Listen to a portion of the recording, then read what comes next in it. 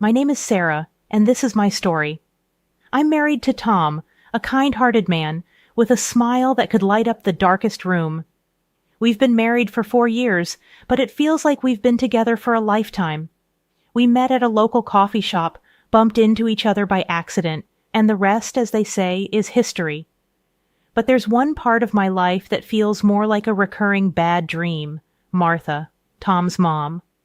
Martha is, well, she's a character. Since we got married, she's had this habit of dropping by unannounced. It was annoying at first, but now it's just part of our daily routine. She's got something to say about everything and anything I do, and it's never praise. It was just another Tuesday evening. I was in the kitchen, the aroma of roasted chicken filling the air, setting the table for 3. Tom was on his way home, and Martha, of course, decided to pop in. "Chicken again, Sarah?" Martha walked into the kitchen, her voice dripping with disappointment.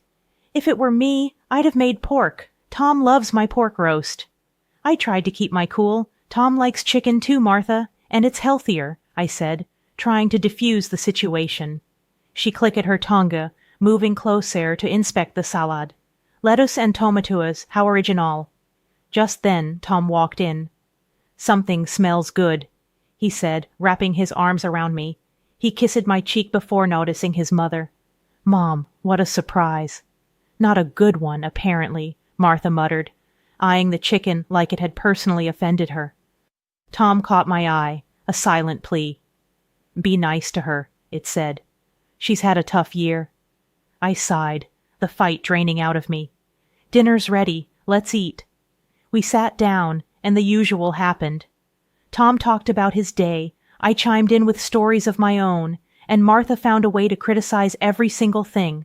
When Tom complimented the chicken, saying it was just as good as any pork roast, I saw Martha's lips thin, but for once, she kept quiet. That night, as Tom and I cleaned up and Martha watched her favorite game show in the living room, I wondered how many more dinners like this I could take. It wasn't the chicken or the pork that was the problem. It was the constant feeling of not being good enough for the woman who mattered most to Tom. But as I looked at Tom, who was whistling while drying the dishes, I knew I'd endure it for him. Because that's what you do for love, right? You put up with a little rain to get to the rainbow, or in my case, a little bit of Martha to get to the rest of my life with Tom. If life were a straight road, mine had taken a turn into a lane with speed bumps named Martha. When I found out I was pregnant, Tom and I were over the moon. But joy comes with its own set of challenges. My job as an event planner was demanding, with hours as unpredictable as Martha's mood swings. So I made the tough choice to step down to a less taxing role, which unfortunately meant a smaller paycheck. It was a Sunday morning, and I was flipping pancakes, humming to myself, feeling content. Tom was reading at the table, and then, as if on cue, Martha walked in, her presence immediately changing the air. "So, Sarah, how does it feel to contribute less to the household?" Martha didn't waste any time, going straight for the jugular as she poured herself a cup of coffee. "It feels responsible, Martha. I need to take care of myself and the baby." "Babies don't need money, huh?" "Interesting logic," she retorted, taking a sip and making a face. "This coffee is weak." Tom looked up, his brow furrowed. "Mom, that's not fair. Sarah is doing what's best for our family." Martha scoffed. "Oh, please. When I was pregnant, I worked until the day I gave birth, and I made sure to contribute equally." I plated the pancakes and sat down, trying to keep the peace. "Times are different now, Martha, and I'm still working, just not as much." She shook her head, her disapproval as clear as the sunny day outside. "You just make sure you don't get too comfortable. Money doesn't grow on trees." The conversation hung heavy over breakfast. Even the pancakes tasted like tension. Tom squeezed my hand under the table, a silent show of support. But as I watched Martha pick at her food with a sour expression, I knew this was far from over. I was bracing myself for a long road ahead full of Martha's backhanded comments. But in my heart, I knew the peace of mind from a less stressed pregnancy was worth any pay cut. And I'd do it all over again, if it meant a healthier me and a healthier baby. Life has a funny way of flipping the script. Before Jamie, my home office was a place of tranquility. Now it's a circus, and I'm the juggler. Working from home while taking care of a newborn is like trying to thread a needle on a roller coaster. But it's our roller coaster, and I wouldn't trade it for the world. One Wednesday afternoon, as I was knee-deep in emails and baby burp cloths, the doorbell rang. I knew without looking it was Martha. "Just a minute," I called out, balancing Jamie on one hip and my laptop on the other. When I opened the door, there she stood, purse and judgment in hand. "You look like you could use some help," she remarked, pushing past me into the living room. I followed her, settling Jamie into his bouncer. "I've got it under control, Martha. It's just a busy day." She peered at my laptop screen, then at Jamie, who was trying to decide if he was hungry or sleepy. "Doesn't seem like it. You know, when Tom was a baby, I made sure everything was spotless, and he was always my focus." I bit my tongue, resisting the urge to defend my scattered living room. "Well, times have changed, Martha. Working from home is a balancing act." She sat down, watching me like a hawk. "Does Tom know how chaotic it is here?" I sat across from her, trying to maintain a sense of calm. "Tom understands. He knows I'm doing my best," I said. Martha tutted, looking around with thinly veiled disapproval. I suppose your best will have to do." I wanted to tell her that my best was more than enough, that I was a good mom and a good worker. But with Jamie starting to fuss, I didn't have the energy for another round with her. As she left, Martha's parting words were, "Remember, Sarah, a mother's place is with her child, not with her work." I closed the door gently, leaning against it for a moment. Her words stung, but as I picked up Jamie and he smiled, all gums and drool, I knew I was doing all right. Work can wait. These moments with Jamie cannot. And if that means my living room is a bit messy, so be it. It's our mess, and it's perfect. 4 years into our marriage, and life had settled into a rhythm, albeit one constantly interrupted by the discordant notes of my mother-in-law, Martha's visits. The first year of Jamie's life was a whirlwind of diapers, late-night lullabies, and the struggle of maintaining a career from the confines of our home. Now, as I stepped back into the professional arena, my heart ached with the separation from my little boy, but also fluttered with the excitement of reclaiming a piece of my identity. The office was just as I remembered, yet everything felt different. Colleagues welcomed me back with smiles and gentle inquiries about Jamie. My desk, once a shrine to efficiency, now also housed a colorful array of drawings and a photo of Jamie's toothless grin. Each email I sent was punctuated by thoughts of him, each project plan a reminder of the plans I had for his future. Arriving home that evening felt like crossing a finish line. I was greeted by the music of Jamie's giggles as Tom, ever the doting father, flew him around the living room like an airplane. They were in their own world, and for a moment I was an outsider looking in. It was a pang of jealousy only a mother returning to work could understand. Before I could even kick off my shoes, the door swung open and Martha made her entrance. "Sarah, back to work, I see. And Jamie?" she asked, her tone laced with accusation. "He's been at daycare and he's doing great," I said, trying to keep my voice light as I took Jamie into my arms. She raised an eyebrow, a silent judgment I knew all too well. "Daycare at his age? I never would have." Tom intervened.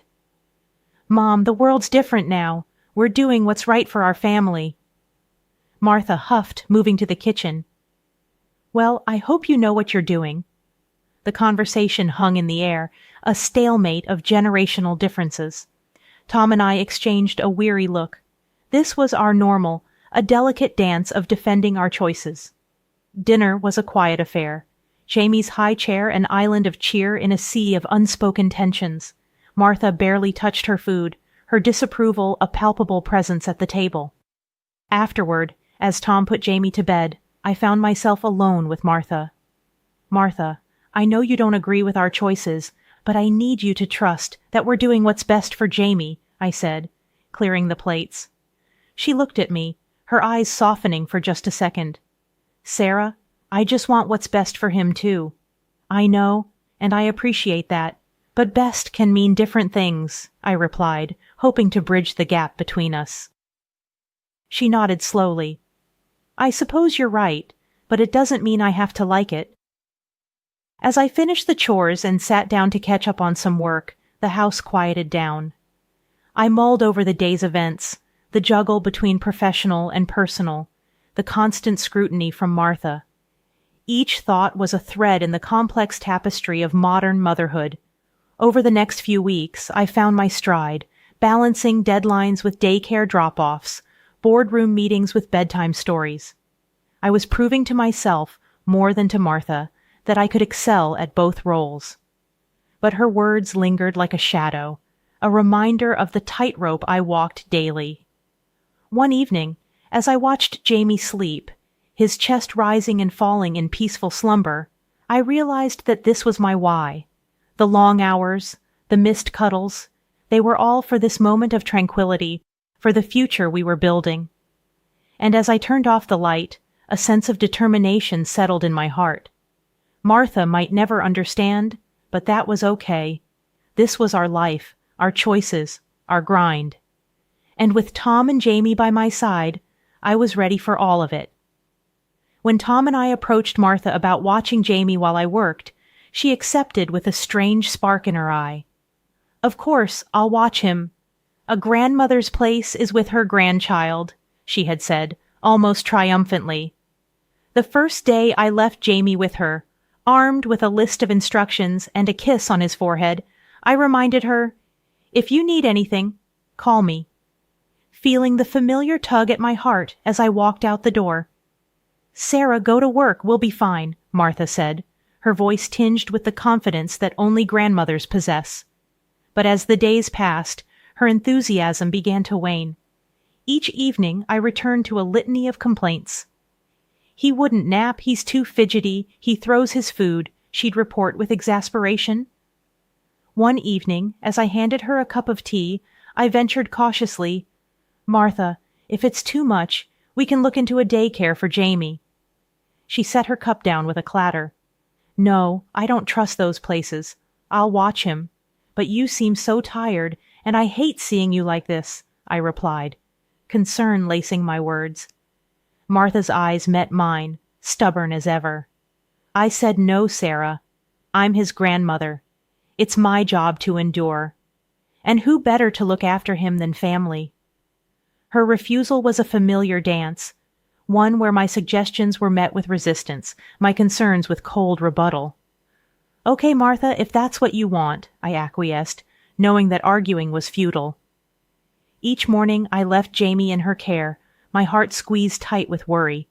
Each evening I returned to find Martha a little more worn, a little less patient, but always insistent that she would continue caring for him. Her resilience was as admirable as it was frustrating. Tom and I would talk after Jamie's bedtime, turning over options in quiet conversation. But we always circled back to Martha's steadfast refusal to let anyone else take over. Just when I thought we had settled into our new normal with Martha looking after Jamie, the unthinkable happened. I was in the middle of a work presentation when my cell phone buzzed incessantly in my pocket. Excusing myself, I stepped out to see Martha's number on the screen. "Martha, I'm at work. Is everything okay?" I answered, my voice tight with concern. "Sarah, I can't do this today. You need to come and get Jamie now." Martha's voice was frazzled. I felt a surge of anxiety. "What's wrong? Is Jamie all right?" I asked. "He's fine, but I'm not. I need you to come. I can't handle this," she insisted. Panic knotted my stomach. "I can't just leave work at a moment's notice, Martha. Can it wait until my lunch break?" There was a pause, and then, "You'll regret not coming," she said ominously, and hung up. My heart raced. I called back. No answer. I called the daycare to see if they could take Jamie last minute. They could, but I needed to drop him off. I rushed back to my presentation, my mind far from work. An hour later, as soon as I could, I hurried to my car, calling Martha again. Still no answer. Then, a call from an unknown number stopped me dead in my tracks. "Mrs. Thomas, this is Officer Daniels. We have Jamie here at the police station. A woman brought him in, said she couldn't care for him anymore. My breath caught in my throat. "I'll be right there," I said. I sped to the station, thoughts whirling in chaos. Tom met me there, his face pale with worry. "Mr. and Mrs. Thomas?" The officer greeted us. "Your son is safe. The woman," she said she was the grandmother, "left him here. She claimed she was feeling unwell." Relief flooded me at the sight of Jamie in the officer's arms, unharmed. "Thank you," I managed to say, taking Jamie into my embrace. Tom and I exchanged a look, the same question in our eyes. What do we do about Martha? We found her at home, sitting on the sofa, flipping through a magazine. "Mom, what happened? Why did you leave Jamie at the police station?" Tom's voice was a mix of anger and disbelief. Martha looked up, unfazed. "I told Sarah I couldn't do it. I wasn't feeling well and I needed rest." "But you left our son with the police?" I exclaimed, still holding Jamie tightly. She shrugged. "I knew they'd find you. I just needed some peace and quiet." Tom ran his hands through his hair, frustration etched on his face. "You can't just abandon a child, Mom, especially not your grandson," Martha sighed, a theatrical display of exhaustion. "Well, I told you I needed you to come, Sarah. You should have come." The implication that this was my fault stung, and I realized then that Martha's manipulations knew no bounds. This wasn't just about her being tired or ill. It was about control. As we put Jamie to bed that night, his small frame snuggled between us. The severity of Martha's actions sank in. This was a breach of trust that couldn't be mended with apologies or excuses. We had to protect our little family, and unfortunately, that meant setting boundaries with Martha. She had taken her opposition to me too far, and we couldn't risk Jamie's safety on her whims. The morning after the police station incident, our house was steeped in a heavy silence. Tom and I sat at the kitchen table, cups of coffee untouched, while Jamie played with his toys on the floor, blissfully unaware of the storm brewing around him. "We need to talk to her, Tom. What she did," I started, the anger from the night before simmering in my voice. Tom nodded, his face grim. "I know, I'll call her." He dialed Martha's number, and I could hear the faint sound of a ringtone from the living room where she slept. There was a click, and then her voice. "Tom, what is it, Mom? Why didn't you tell us you were feeling unwell before taking Jamie to the police?" Tom's voice was steady, but I could hear the underlying strain. There was a pause on the other end. I just needed to rest. I thought they would call you immediately." Martha's voice was a mix of defensiveness and weariness. "But that's not the way to handle it, Mom. You scared us to death," Tom pressed on. "I didn't mean to," Martha's voice cracked, and I wasn't sure if it was genuine remorse or another act. Tom sighed. "We're going to see what the officers at the station say. They mentioned there was a recording." Martha was silent again, and then, "Fine, do what you need to do." The call ended, and Tom and I got ready to go to the station. We needed answers. At the station, Officer Daniels greeted us. "We have the footage from when she brought Jamie in. You should see this." We braced ourselves as the officer played the video. There was Martha, looking calm and collected as she handed Jamie over to the officer, her voice clear, devoid of distress. "I can't do this anymore. He's the grandson." My heart sank. There was no sign of the sick, distressed grandmother she had claimed to be. "We need a copy of this," Tom said, his voice hard. Back home, Martha was pacing the living room when we walked in. She turned to us, a question in her eyes. "We saw the footage, Martha," I said, my voice cold. "You weren't sick. You weren't in distress. You lied." Martha's face fell, and then unexpectedly she sat down, her shoulders slumping. I couldn't handle it," she said. Tom interrupted her. "You put Jamie at risk. You lied to us, to the police. How could you?" Tears streamed down Martha's face, but the theatrics didn't move us this time. "I'm sorry," she whispered, but it was too late. The trust was broken. That evening, after Martha had packed her things and left, Tom, Jamie, and I sat in the living room, a tight little circle. We didn't say much, but we didn't need to. We had each other, and we would move forward together. The truth had been painful, but it had also set us free. It had only been a few days since Martha had left when she unexpectedly reappeared at our doorstep, as if the incident had never occurred. She stood there with a smile, offering to watch Jamie. "Martha, what are you doing here?" I asked, my voice steady despite the turmoil inside. "I've come to help with Jamie, like before. You obviously need the help," she said, brushing past me into the house. I was dumbfounded. "Martha, after what happened, you think we can just go back to how things were?" I exclaimed. She turned to me with a defiant look. "Well, it wouldn't have happened if you had come when I called," she retorted, her words sharp like daggers. Before I could respond, Tom walked in, his face darkening at the sight of his mother. "What are you saying, Mom? That this was Sarah's fault?" Martha's eyes didn't waver. If she had been a stay-at-home mother like she should be, none of this would have happened. That's when Tom exploded, the anger and frustration that had been simmering for days finally boiling over. "How dare you! You do this out of spite for Sarah, and you put Jamie in danger because of it." Martha recoiled as if slapped, her facade crumbling. "Tom, No, Mom, I don't want to hear it. You've crossed a line. You deliberately ignored Sarah, you neglected your grandson, and for what? To prove a point?" His voice was a crescendo of outrage. She tried to interrupt, to defend herself, but Tom wouldn't have it.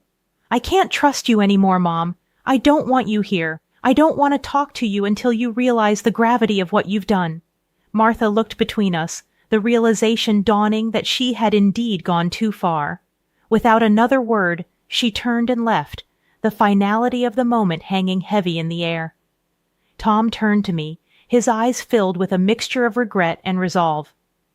"I'm sorry, Sarah. I should have seen it sooner, but I promise you, Jay's safety comes first. We come first." I nodded, the solidarity between us more potent than ever. "I know, Tom. We'll get through this, just like we always do, together." We knew the road ahead would be without Martha, at least for the foreseeable future. It was a painful but necessary decision, a line drawn to protect our son, our family, our peace.